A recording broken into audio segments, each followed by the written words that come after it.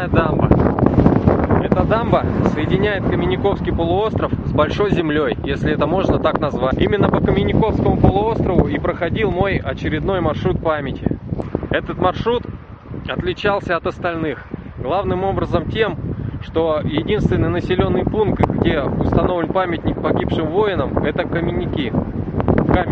А остальные контрольные точки это скорее мемориалы ушедшей эпохи. Старая умирающая деревня, останки маяка и метеостанции, мыс Рожновский и, конечно же, Каменниковский полуостров, объединяющий все это. Вот те контрольные точки, которые я посетил. Если вам интересно, как я провел предыдущие, не самые легкие 27 часов своей жизни, то предлагаю посмотреть вот это видео.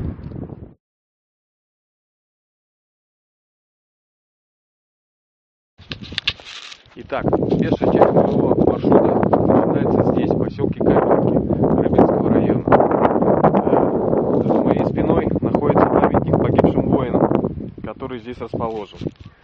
Сейчас я подойду к нему поближе, а мне предстоит идти вот туда вот. У нас этот самый мыс Рожновский. Я нахожусь на набережной, и напротив меня находится остров.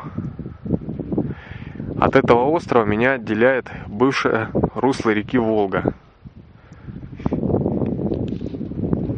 Остров называется Юршинский.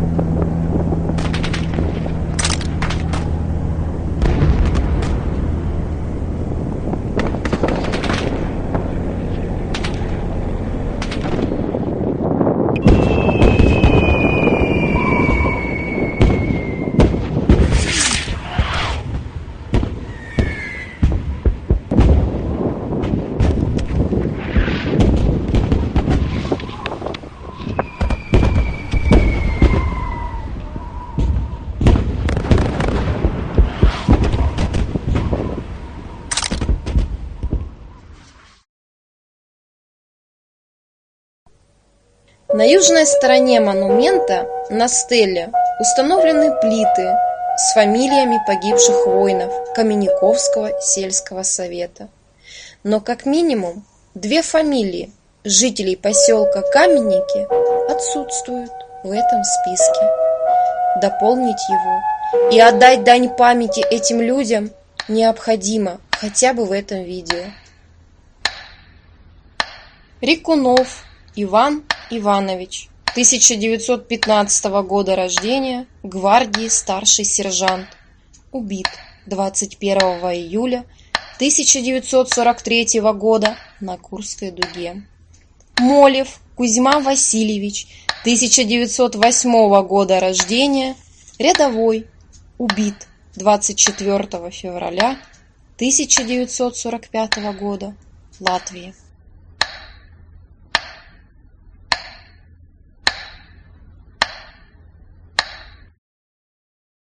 После знакомства с памятником мой путь лежал на север, вглубь полуострова, к заброшенной деревне Починок, через поселок Каменники. Каменники – это административный центр Каменниковского сельского поселения.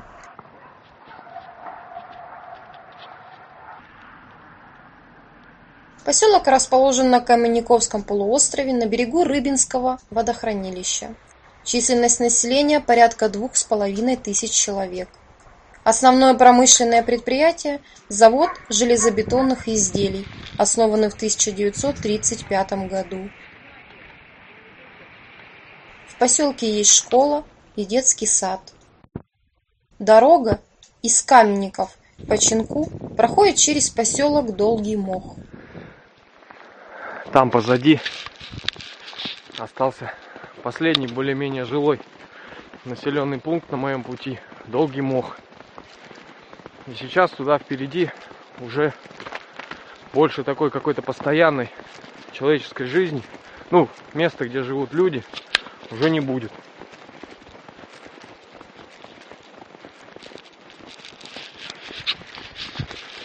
Несмотря на то, что снега в последнее время выпало мало, а погода стояла теплая, вот здесь в лесу он есть. Немного, конечно, для конца декабря, но тем не менее. Ну, видно по следам.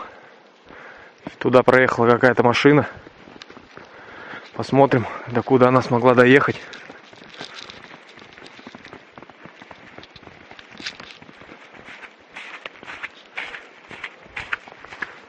Дорога идет через сосновый бор. Предполагаю, что летом здесь стоит чудесный запах хвои. Но он ощущается даже и сейчас.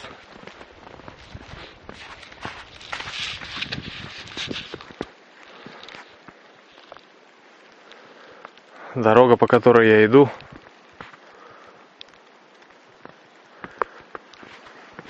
идет через такие вот хвойные аллеи.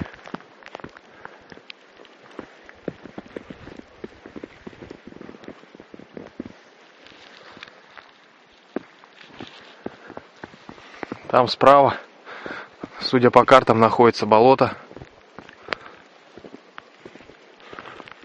а слева аллеи.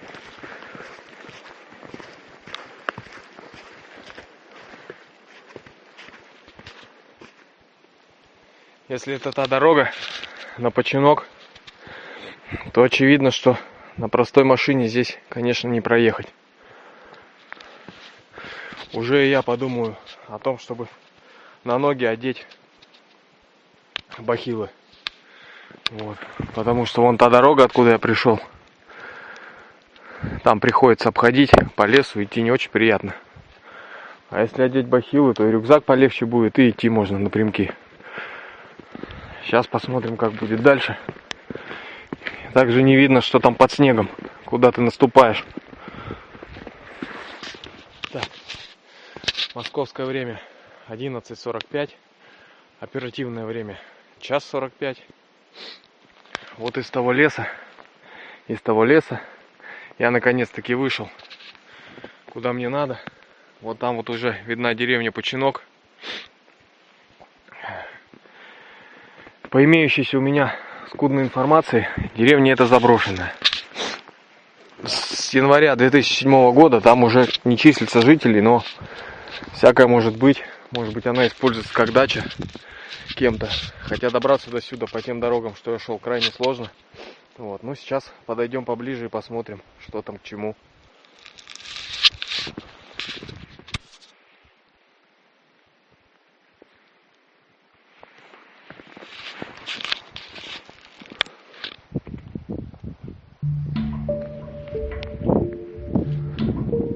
Центральная улица.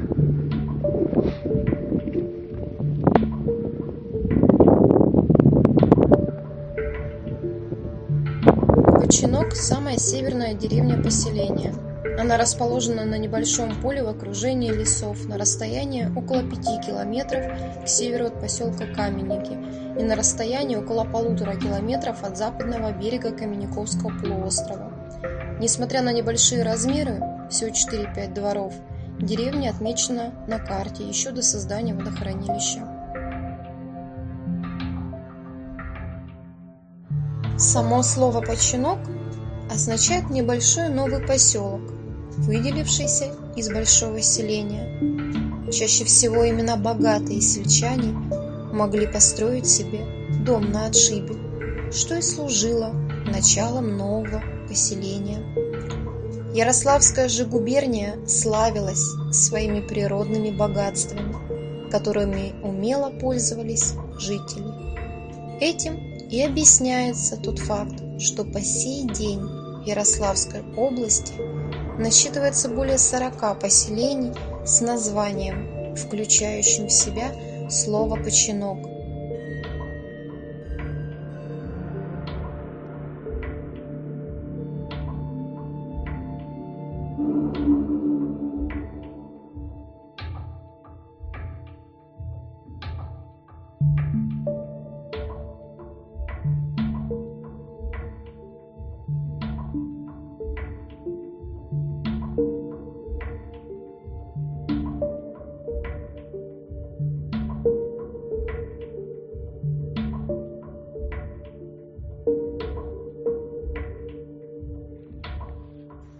К сожалению, некогда новая деревня Починок Рыбинского района сейчас представляет собой страшное и удручающее зрелище.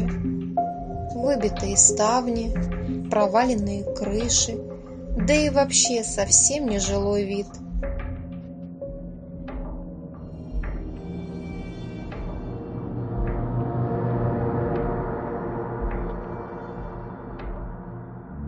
Смешанные чувства возникают в таком доме: грусть, страх, ужас, жалость.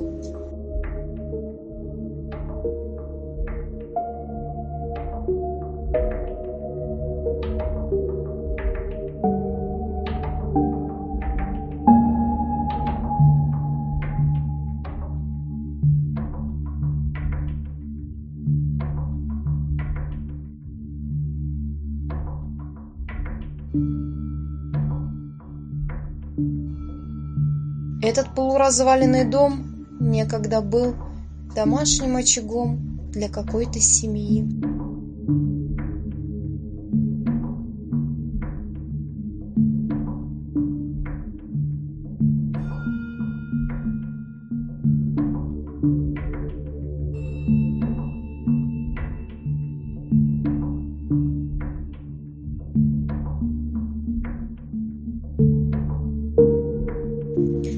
Заброшенные деревни России – это сегодня не редкость. Современные россияне все больше отдают предпочтение городскому образу жизни, отрываясь от своих корней, а село тем временем деградирует. И возникают на карте России все новые и новые заброшенные деревни.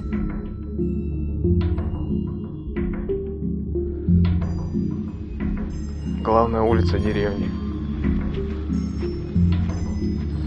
Калитка, сгоревший двор. И береза. Вот это.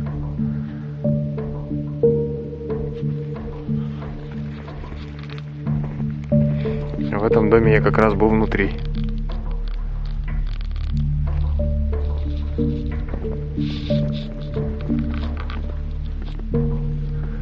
Тополя. Они, наверное, еще помнят, когда эта деревня была живая. Тут люди ходили. А это один дом, который более-менее похож на жилой. Туда я входить не стал. Итак, что сказать. Деревня действительно нежилая. Я насчитал 3 дома. Вот один, вот этот вот буквально. Ну вот он подает еще какие-то признаки жизни. Вот 2 других.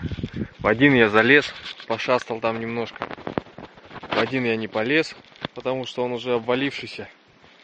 И внутрь залезать просто страшно, да и вряд ли там есть что-то интересное. 4-й дом, видно, что он когда-то горел. Рядом стоят березки, которые этим пожаром закопченные все. Вот. Ведра там валяются тоже. По всей видимости, может, ими тушили, пытались, может, просто они там были в этом доме, тоже есть там следы гари на них. Вот. Ветряк.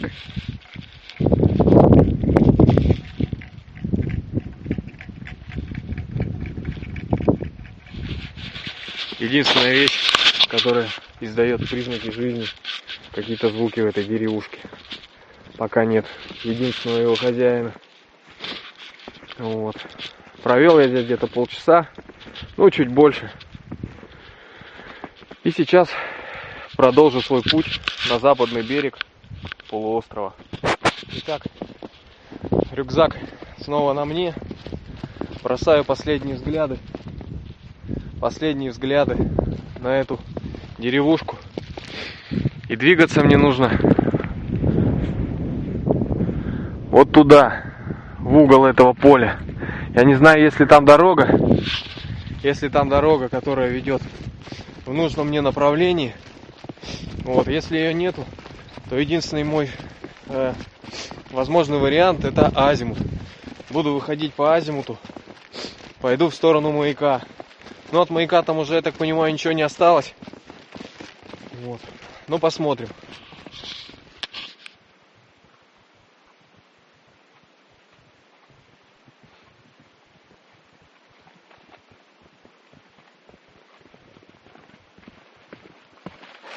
Так. Смотрим в карту и в компас. Там сзади остался починок. На карте он обозначен.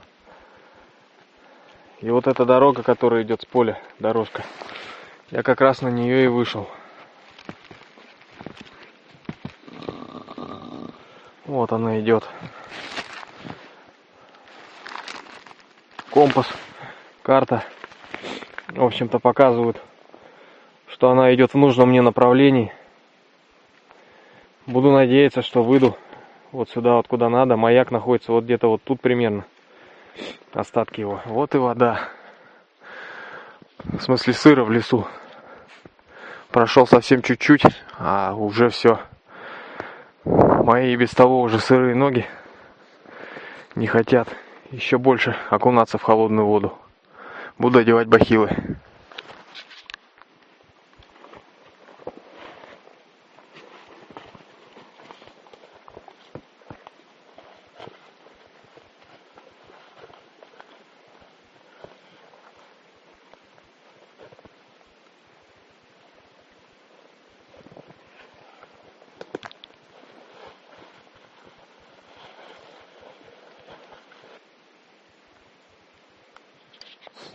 Время 13:40.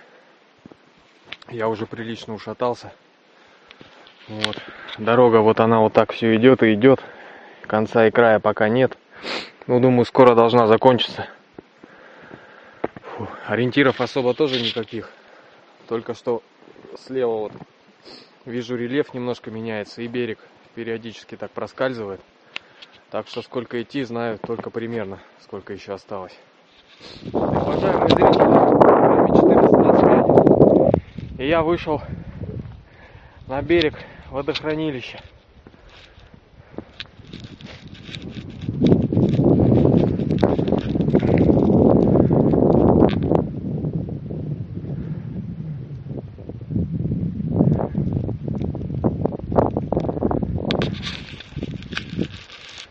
Пустынный ветреный горизонт, хмурый, но я почему-то рад ему, точно так же, как Черному морю. По бескрайнему лесу я устал идти уже, реально сил практически не осталось. Вышел, правда, не там, где я ожидал. Здесь нет ни бараков, ничего. По всей видимости, мне нужно идти дальше, вот туда вот, на сам мыс. Сейчас так и пойду вдоль берега. А там уже, наверное, буду разбивать лагерь и вставать на ночлег. Время 14:50. И я нахожусь на мысе. Сказать, что я устал, это не сказать ничего. Я встретил там бараки сзади. Так сильно был им рад. Но даже не смотрел на них, пролетел мимо как понос. Потому что ноги сырые, холодно. Да и время уже поджимает. Нужно готовить лагерь ко сну. Вот этот тотем, о котором попадаются записи в интернете. Здесь довольно ветрено. Есть площадочка, где посидеть. Но я пойду немножко вглубь туда. Сейчас не лето, и сидеть здесь на ветру приятного мало.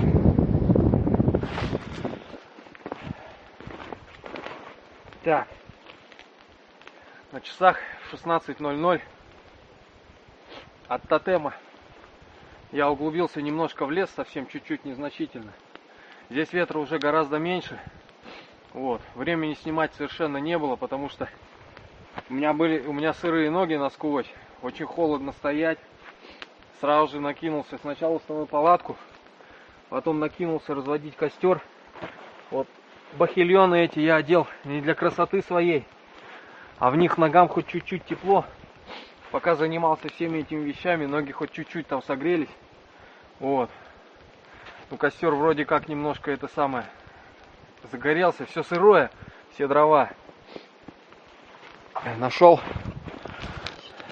на берегу вот этот ящик. Видимо, кто-то там оставил. Ребята, если вы это вдруг видите, возможно, ваш ящик я сожгу. Так что извините, но реально надо. Реально надо. Все сырое, а этими щепочками, досочками разгорается хорошо. Вот. Периодически накрапывает дождь. В общем-то, пока что завидовать особо мне нечему. Сейчас разгорится костер, все скину и буду сушиться.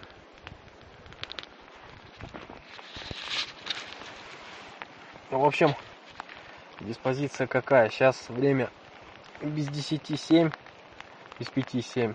Вот. Я залез в палатку, переоделся в чистые, точнее в сухие вещи. Ну, хоть стало потеплее.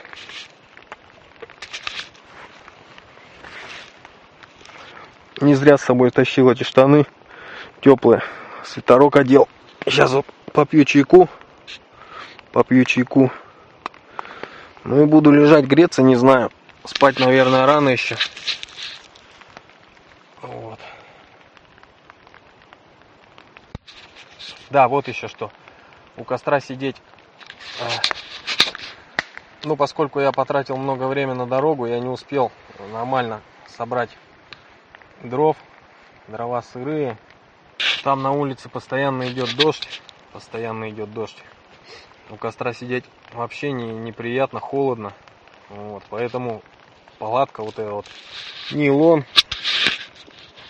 Миллиметр этого нейлона фактически отделяет меня, в общем-то, от декабрьского дождя, который, я так понимаю, будет в районе 0 градусов ночью, а то и опустится на некоторый минус, на небольшой.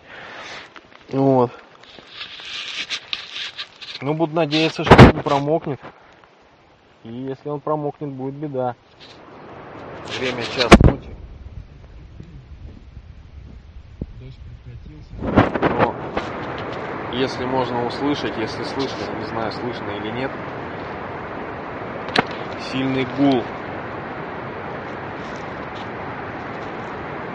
Этот гул, это как раз вот это дует ветер со стороны водохранилища. Ну, буду надеяться, что этот ветер пройдет, и он к утру. 8:22. Я проснулся. На улице сильный ветер, холодно. В палатке сыро, все сырое. В общем, не вылезая из палатки, делаю себе завтрак. Сейчас позавтракаю. И настанет самый мучительный момент. Нужно будет одевать сырую куртку, сырые заледеневшие берцы. Вот.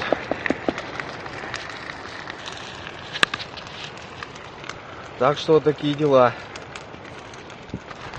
Сказать, что холодно, особенно ногам, это не сказать ничего. Сейчас меня ждет очень быстрый сбор. Быстренько собираюсь и выхожу на маршрут, чтобы уйти хоть на ходу, хоть как-то согреться. Ботинки заледенели, не гнутся, ногу там сдавливает. Как будто в каких-то деревянных чоботах. Надо убираться отсюда, пока окончательно не задубел. Так вышло, что эту ночь я провел на территории бывшей Рожновской метеостанции. И перед тем, как уйти, я осмотрел ее останки. Информации о ней у меня немного. Начало работы метеостанции относится к 40-м годам 20 века. Она входила в состав Государственной гидрометеообсерватории имени Рыкачева. Метеорологи исследовали уровневые, термические и ледовые режимы водохранилища, изучали ветровое волнение и процессы обрушения берегов, изменение химического состава воды и ее качества.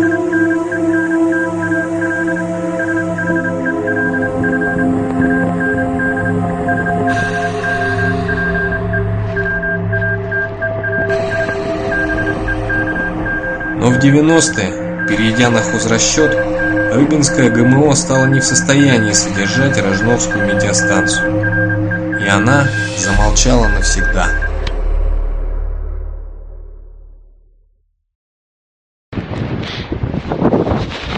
Ну вот, самая северная точка Каменниковского полуострова. У меня нет зума. Не знаю, может быть, видно там такие торосы. Ледяные волны, которые придуло ветром. Очень сильный ветер.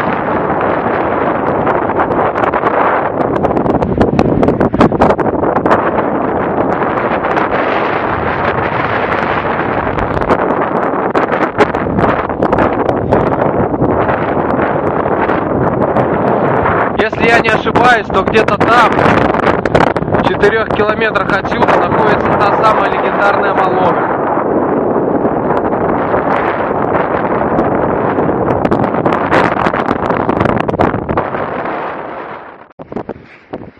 Суровость мрачного горизонта завораживала, но нужно было двигаться. В сотни метров от метеостанции, по дороге в сторону дома, расположен еще один объект для осмотра – старые рыбацкие бараки.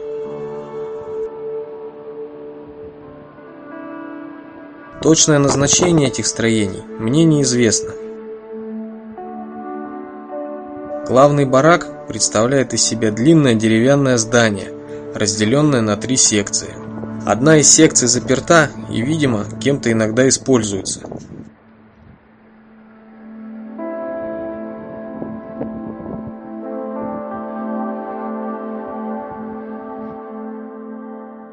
С торца здания можно залезть в окно, но я не стал этого делать.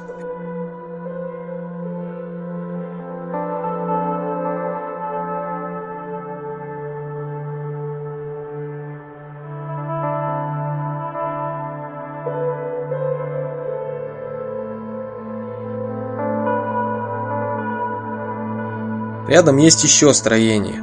По всей видимости, раньше в нем хранился какой-то рыбацкий скарб.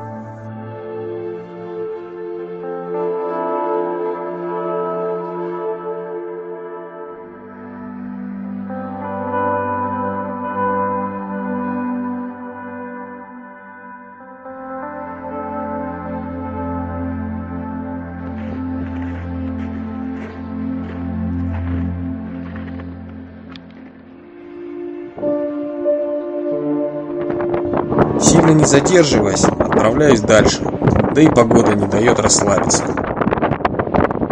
Время 5 минут 11. От рыбацких бараков я отошел в 10 часов. Вот прошел час. Захотелось пить, а воды у меня нету, поэтому я на горелке сейчас растоплю снег, вскипячу, попью чаю. Берцы у меня наконец-то в бахилах отогрелись. Теперь их можно будет завязать. Все это время я шел в них в незавязанных. Вот. Немножко нога гулять начала и потихоньку натирает палец. Сейчас буду зашнуровываться, отдохну немножко и пойду дальше. Надо сказать, что идти тяжеловато. Несмотря на то, что рюкзак легче, чем вчера. Но усталость сказывается. Плюс снег, ветер, бахилы. В общем, вот так. Время 12:15. Это значит, я на маршруте нахожусь уже 26 часов 15 минут. Я дошел до перекрестка. Вот этот вот перекресток. Вчера из Починок я вышел вот с этой вот дороги. И шел туда, вперед, к мысу. То есть сегодня обратно я шел, по сути, по своим следам. Примерно представляю дорогу. Сейчас я не пойду через Починок. Это лишний крюк. Я пойду прямо на Каменники. Здесь немножко поближе. Но я не знаю, какая там дорога. Вот. Надеюсь, что она прямая, никаких нету развилок, где можно заблудиться и пойти не в ту сторону. Вот. Что еще сказать? Идется тяжело. Воды нет, хочется пить. Устал. Но сегодня выбора нет. Сегодня нужно идти назад, домой.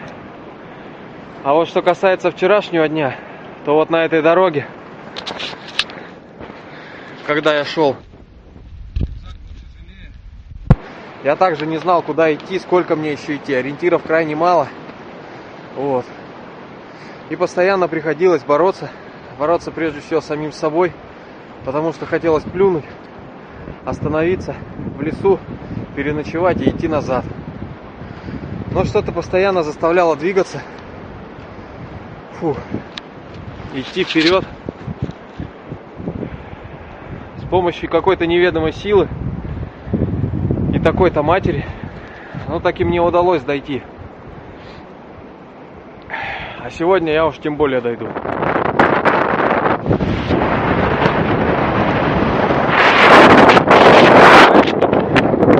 Почти дошел. Остров Юршинский. Русло реки Волга бывшая.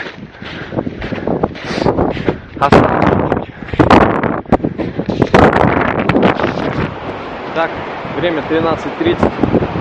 Я дошел до точки старта, она же финиш. 27 часов на Каменниковском полуострове позади. И я возвращаюсь домой. Уставший, но довольный.